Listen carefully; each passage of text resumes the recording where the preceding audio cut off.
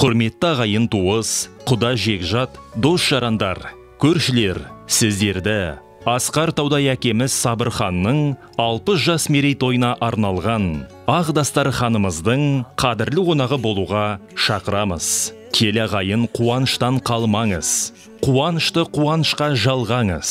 Шақырамыз мерейтойға келіңіз, шалқып тасып тілек айтып беріңіз. Той 2022 жылы 17 қыркүйек күні сағат 16:00-де басталады.